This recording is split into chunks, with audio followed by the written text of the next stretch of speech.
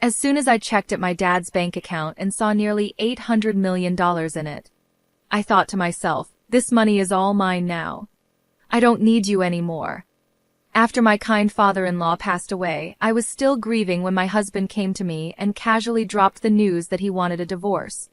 It turns out he was only showing his true colors after getting his hands on the $800 million inheritance from his father. He saw me as nothing more than an ATM, just waiting for Dad to pass away so he could live a lavish life without having to work. I had seen glimpses of his true nature before, but I never realized he was this awful.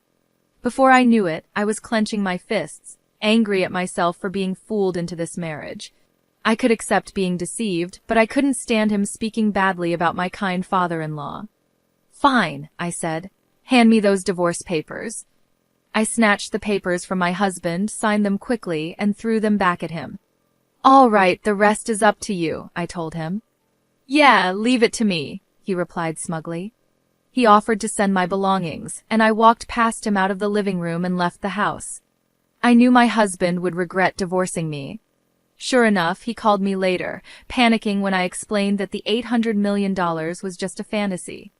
Hello everyone, my name is Emily. I'm 43 years old and I work in sales. My husband Charles is also 43 and he used to work in sales but now stays at home. There's a story behind him becoming a homemaker, but to explain that, I should start with my first husband. This is my second marriage. My first husband died in a work accident 5 years ago, leaving me a widow. Between life insurance and severance pay, I received about $800,000. Since my first marriage happened later in my 30s, we didn't have any children. I inherited the money along with my ex-in-laws, but they told me, we're almost 82 years old and don't have much time left, so we don't need it. I couldn't accept that and decided to give the money to my ex-brother-in-law and his wife, who were living with my ex-in-laws. However, they also said, we don't need much. Since it was my brother's money, you should use it. So they only took a small portion of the money. In the end, after paying a significant amount in inheritance taxes, most of the money ended up with me. Combined with our savings and the fact that I had a job, I became fairly well off by the age of 41. But even with all that, sitting alone at home and looking at the numbers in my bank account, I felt empty. When I came home from work, no one was there, and no one ever would be. The bed beside me stayed perfectly made, just as it was before I went to sleep. The worst part was when I accidentally made breakfast for two. As I took a bite of the second piece of toast, I thought, this must be what it feels like to have a hole in your heart. I really wanted to take some time off, but I had to keep working.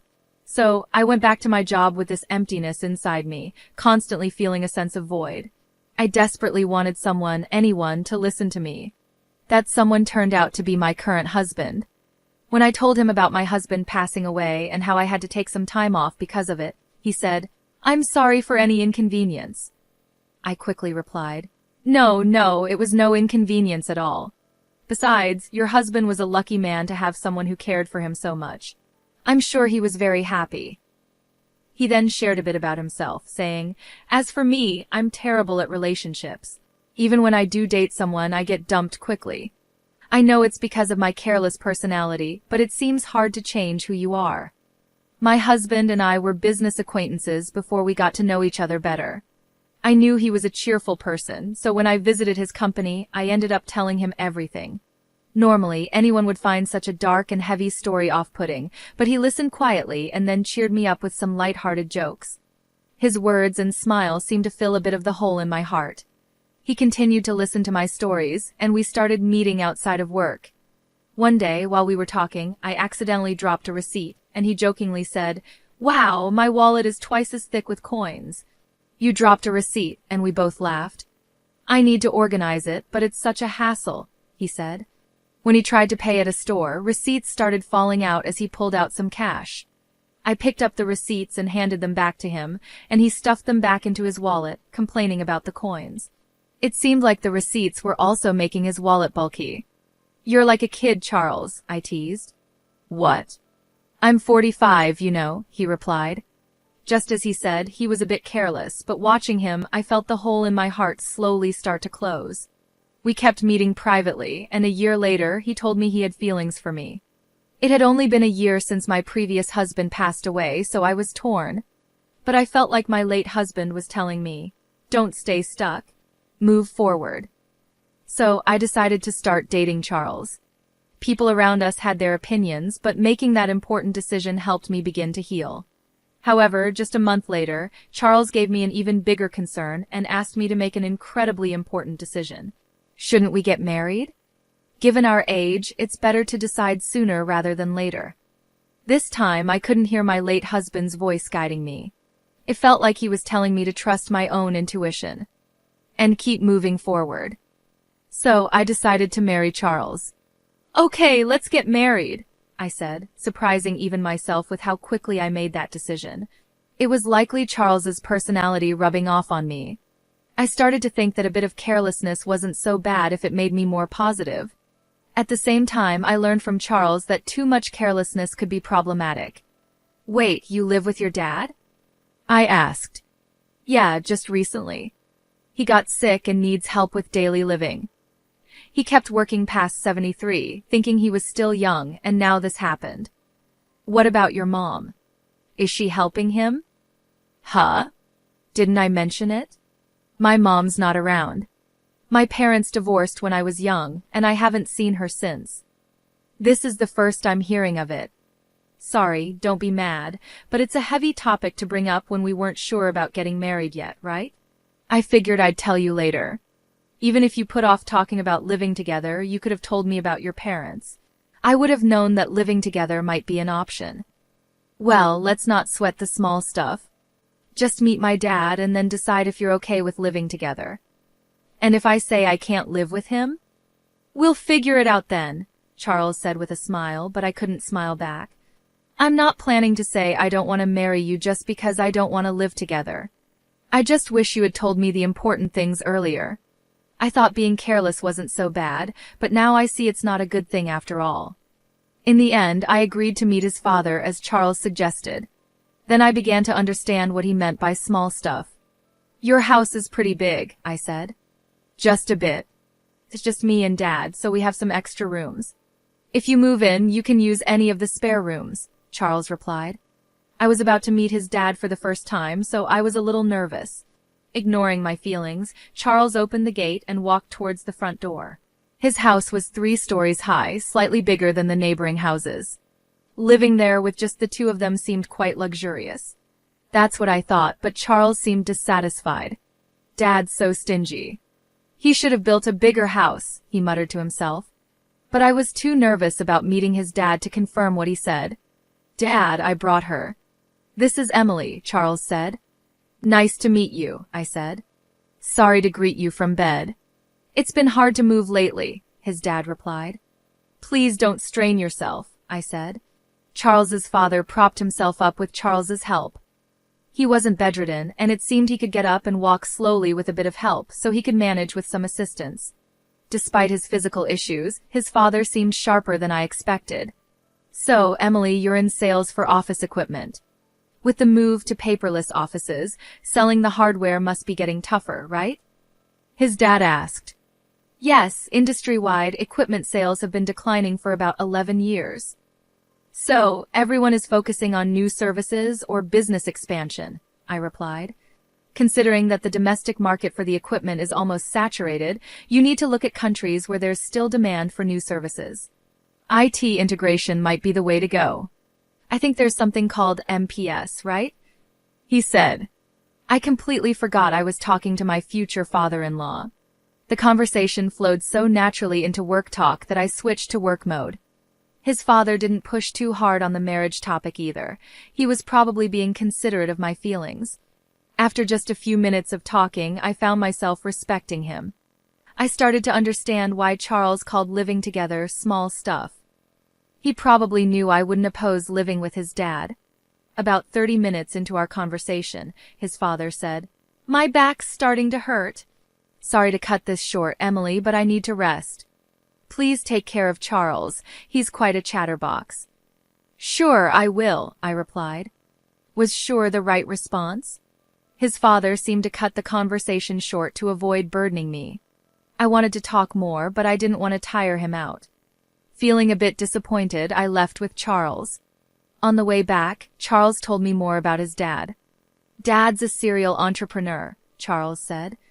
A serial what? I asked. A serial entrepreneur. He starts companies, grows them, then sells them. He's done it multiple times, Charles explained. You can just buy and sell companies like that? I was surprised. Well, yeah. Selling one company involves millions of dollars. Starting and growing a company also needs a lot of money, so the sale isn't all profit. But still, Dad's pretty well off. He just doesn't like to spend. He could build a mansion that would make jaws drop, but he doesn't, Charles said. Don't you know much about his work? I asked. He doesn't talk much about work or money. He never hired me for his companies or taught me how to make money. Living at home is the only way he spoils me. If he's got so much money, he could spoil me a little more, don't you think? Charles replied. Your dad probably has his reasons, I said. It seemed his father was quite an impressive person. It made sense that Charles might feel overshadowed by him. Given how incredible his father is, Charles probably got compared to him a lot, so it's understandable that he'd have some complaints. By the way, why did your mom leave? Your dad seems so kind. It's hard to imagine their marriage not working out, I asked. Mom spent a lot and wanted an easy life. After the divorce, people only came after Dad's money, so he decided never to marry again. He focused on work instead. With that much money, he could have spent a bit, don't you think? Charles answered. I don't believe in spending money just because you have it, I said. From what Charles told me, it seemed his mom relied on his father's money, so I couldn't agree with Charles on this point. But I think his words came from feeling inadequate compared to his father. Later, I talked with Charles about living with his father. His father currently relies on Charles for help and also gets assistance from a home helper when Charles is at work. I thought my husband and I would continue working while getting help from a home assistant to take care of my father-in-law. However, Charles surprised me with a different idea. I want to quit my job and take care of Dad, Charles said. What? Quit your job? I was shocked. Dad's such an incredible person, right? I feel like I haven't done anything for him all this time. So, from now on, I want to support him without relying on a caregiver. I'll be like a homemaker, Charles explained. I'll take care of the house too, he added. Are you sure you won't regret quitting your job? I asked. I'd regret not doing anything for Dad more. I can go back to work after he's gone, he replied with a small smile. That joke isn't funny, I said, feeling worried. I thought my husband might resent his father, but it turned out that wasn't the case. Despite everything, he really cared for his dad. If you're going to be a homemaker, you better handle the housework properly, I warned. Leave it to me, Charles said, puffing out his chest confidently. Since my father-in-law would cover his own expenses and my income would be enough for the two of us, I decided to leave the housework to my husband. When we got married and started living together, everything went as planned. I worked and Charles took care of the house. He managed the chores, handled the finances, and supported his dad. When I tried to help, he would say, "You're tired from work. I'll handle the house stuff. You rest." My father-in-law remained kind and shared many valuable stories with me. Our second marriage was going well. However, I noticed that my father-in-law would sometimes frown when he saw Charles doing housework. A month after we started living together, Charles began slacking off with the house chores. "You're sleeping on the couch again. You've been there all day, haven't you?" I asked. "No way.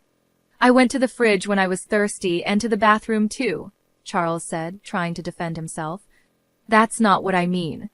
What about dinner? Did you go grocery shopping?" I asked. "Dinner's ready, don't worry," he replied. I glanced at the kitchen, but there was no sign of any cooking. All I saw was an empty container on the dining table. It was clear he had been lazy all day. From this, I realized what Charles meant by "dinner's ready." Perfect timing, the intercom rang, and Charles grabbed his wallet and headed to the door. I was too stunned to say anything. Charles had only handled the housework diligently for the first 3 weeks. After that, he gradually stopped doing anything, and I ended up cooking, cleaning, and doing the laundry. It's typical for someone with a careless personality to start strong and then quickly slack off. Caught up in the excitement of getting married, I hadn't foreseen this.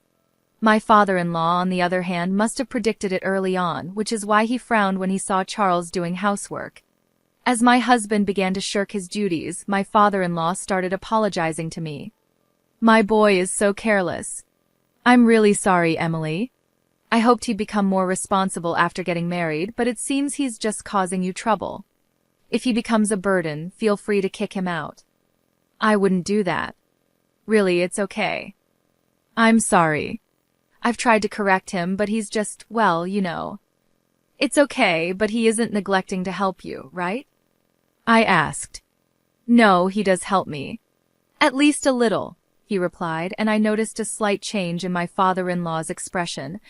It was clear that Charles wasn't completely ignoring his father, but he also wasn't doing much. My father-in-law was probably downplaying the situation to avoid any conflicts between us. "I'm sorry," I said. "No, Emily, you don't need to apologize," my father-in-law replied. With just one word, "sorry," he seemed to understand what I was feeling. We both apologized, and there was a bit of awkwardness between us. To break the tension, my father-in-law quickly changed the subject with a brighter tone. "Oh, I'm doing some end-of-life planning and need your help. I'm not confident in Charles handling it." "End-of-life planning?" "It's not as negative as it sounds. I just want to avoid any trouble later." "Got it. If there's anything I can do, I'd be happy to help." Talking about Charles made us both cautious, so we ended up avoiding discussions about him and housework. It was an uncomfortable way of being considerate, but there were also thoughtful gestures that made me happy. "Is there anything inconvenient at home?" my father-in-law asked. "Not really, but the bathroom could use some fixing.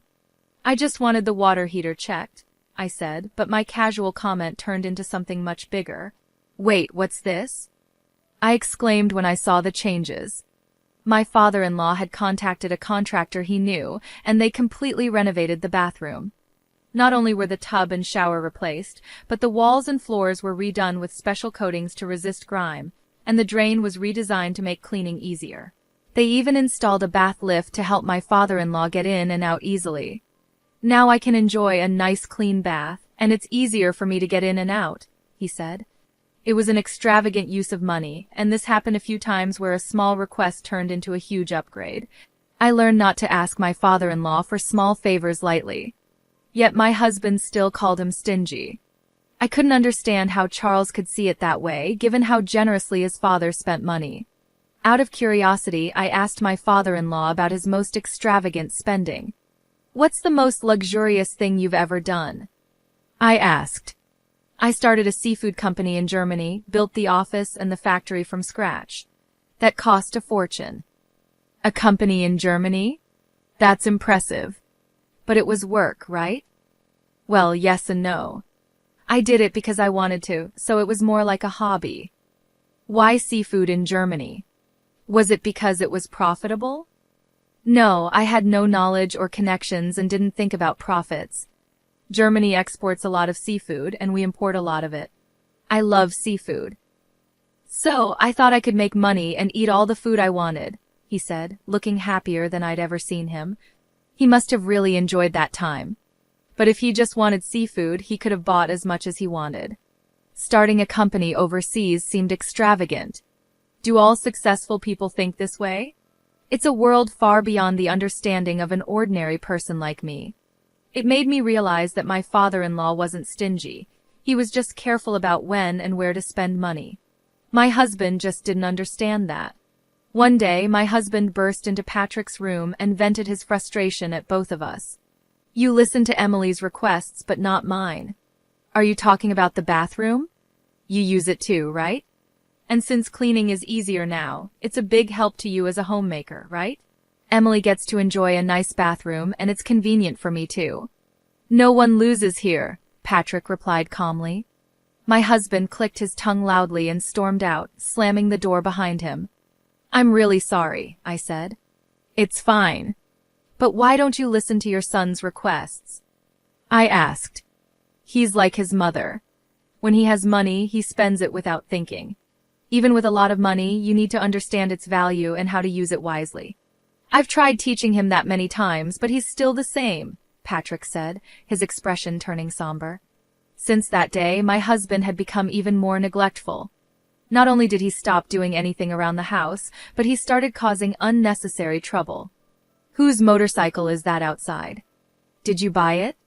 No one else's motorcycle would be here, I yelled at my husband as soon as I got home from work.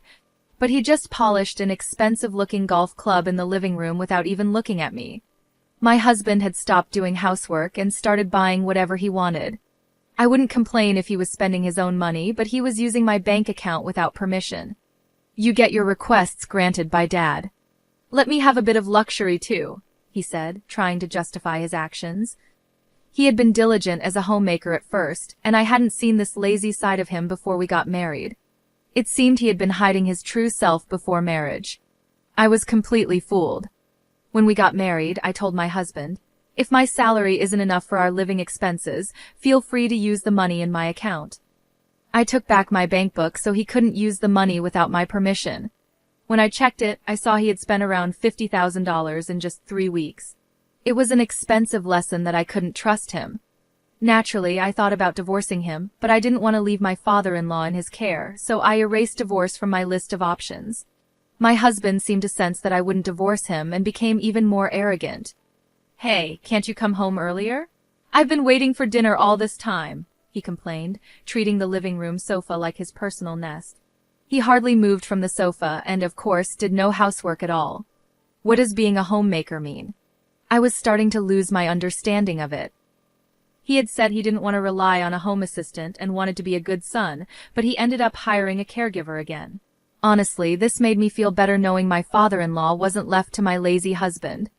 I decided to avoid my husband as much as possible, thinking, let sleeping dogs lie. With this mindset, the year flew by quickly. Then a significant event happened for both me and my husband. Thank you for everything. My father-in-law passed away just before turning 81. The time I spent with him was short, but incredibly meaningful to me. It felt like we had spent 11 years together. Even after the funeral, I couldn't pull myself together and felt a deep void in my heart. As I sat in the living room, lost in emptiness, my husband walked in with a cheerful expression. Hey, let's get divorced. What? That single word snapped me out of my daze. He was waving the divorce papers in my face. It wasn't a misunderstanding or a joke. I found Dad's bank account. Guess how much is in it? Nearly $800 million. So this money is all mine. You're no longer needed, ATM.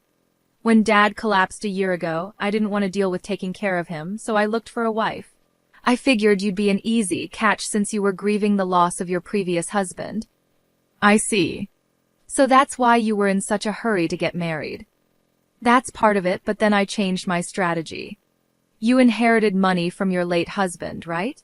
You never talked about it, but I figured his retirement and insurance would be substantial. I took care of Dad while you acted as the ATM until he passed away. It was easier than working. Now that Dad's gone, I'm set for a lavish life with his inheritance. Do you think you can get away with this? I asked, feeling the anger rising. Of course. I'm his son, so it's only natural I inherit his wealth. He worked until he collapsed, and I thought he'd live until 87, but he died sooner than expected, so I'm lucky, he replied smugly. I realized I was clenching my fists. It was my fault for being tricked into marrying him, and I could accept that. But I couldn't forgive him for speaking so badly about my kind father-in-law. I was ready to punch him, not caring about the trouble it might cause later, but then I felt like I heard my father-in-law's voice saying, "Stay calm." Right, there was no need to do anything rash. Are you sure about this? All right, give me the divorce papers, I said. I snatched the papers from my husband, signed them on the spot, and handed them back. Thanks for making this easy. I'll file these tomorrow. You can take all our savings. I've got $800 million, so take as much of that petty cash as you want, he said, clearly gloating. Okay then, yeah, leave it to me. I'll file the papers and send you your stuff if you want, I replied, walking past him and out of the house. As I left, my anger started to fade, and I felt a wave of laughter rising. My husband would soon regret divorcing me. That $800 million was just a pipe dream. A A few days later, while staying at a hotel and looking for a new place to live, my ex-husband called. "Hey, what the hell did you do?" he yelled. I instinctively pulled the phone away from my ear as he started shouting. He seemed confused, so I needed to explain what was happening. "I can guess what happened, but why don't you tell me?" I asked calmly. "When I tried to withdraw money from Dad's account, they said this money can't be withdrawn." "What's going on?" "There should be $800 million in there," he said, his voice full of frustration. "Looks like you didn't know. Since your dad didn't spoil you, you never took an interest in his affairs, right? And he never discussed his work with you," I explained. "Stop with the riddles. There's money, right?" he demanded. "Yes, there's $800 million, but it's collateral, so you can't touch it," I replied. "Collateral?" he asked, his voice shaking. "That's right. The money is in the account, but it's untouchable like a pie in the sky. Also, that money is about to be used to pay off debts, so it'll be gone soon," I explained. "You're kidding. There's $800 million, and I can't use any of it?" His voice grew quieter as he started to panic. I knew about the $800 million being used as collateral because I helped with my father-in-law's end-of-life planning. He had asked me to handle things if anything happened to him. Since he passed away, I was going to use the $800 million to settle his debts. But since my ex suddenly demanded a divorce, I left the paperwork to him, telling him to take care of the rest. "What did Dad do with the $800 million? My ex asked. "He used it for something he loved," I replied. "What does that mean?" he asked, confused. At over 72, Dad decided his next job would be his last and used his savings for something he enjoyed, that seafood processing and distribution company in Germany he always talked about. He trusted the management to locals and planned to enjoy his retirement here, but it was a huge failure and he lost almost everything. When he told me about it, he laughed, saying it was only natural since he did it without any real knowledge. He had no regrets about where he spent his money. To start that company, he borrowed $800 million using his savings as collateral, but it turned into debt. So he planned to repay it with another job. It seemed impossible, but he didn't think so. Even with the debt, he kept enough money for his retirement. In today's world where many struggle in retirement, it's impressive. However, while sorting out the Germany company, his health declined. When that happened, he renegotiated his repayment plan with the bank. Given his long history of high-value transactions, they trusted him. He told them, "If I can't work anymore, take the collateral." They agreed to a 2-year grace period, after which the debt would be paid off with the collateral if he couldn't work. That year is up, and it's time to settle the debt. "So this $800 million is debt repayment money and will soon be zero?" my ex asked, his voice filled with shock. "Exactly. Didn't you find another bank account? There should be one for living expenses." "Yeah, I found one with $80,000 in it." "That's money you can use freely. It's your inheritance." $800 million turned into $80,000? Why didn't he prepare more for his retirement? My ex wondered, clearly surprised. I was surprised by the $80,000 too, but knowing him, he probably planned to add more if needed. He seemed capable of anything. "And it looks like you haven't checked the will yet." "Will? Dad told me he'd leave me about 20%, my ex said. "We're divorcing, so you could contest it as infringing on your rightful inheritance, but I'd like to honor his wishes." "I hope you'll agree to the 20%, I said, noticing he was breathing heavily. He thought he'd get $800 million, but the amount kept shrinking and now he was panicking. Why did he waste so much money? He could have bought anything with $800 million. My ex yelled, frustrated. Yelling at me won't change anything. He was happiest when he talked about that time, so he had no regrets. It was his money and he used it. He planned to repay the debt himself, so no one can complain. You just jumped to conclusions and got ahead of yourself, I replied. Why are you so panicked? I asked. The truth is, I thought I'd get $800 million, so I spent all my own money. My account is empty, he admitted. What? Seriously? I was shocked. My ex-husband had been spending money he didn't even have yet. Now that we were divorced, he couldn't rely on my savings anymore, and he was currently unemployed. I finally understood why he was so panicked. Still, you have a roof over your head and a house, so you can rebuild your life, right? I suggested. I am almost 54, unemployed, and have only a little savings. What's going to happen to me? Please help me, he pleaded. Me? You have savings and a job, don't you? Why should I help an ex-husband? You're suffering the consequences of your own actions, I said firmly. Please, let's pretend the divorce never happened, he begged. But I ignored his pleas and hung up the phone. Having a careless personality is definitely not a good thing. With that thought, I went back to looking at property listings. Surprisingly, my ex-husband did follow through with the will and gave me $40,000 for my father-in-law's inheritance. That made up for the money he had taken from me.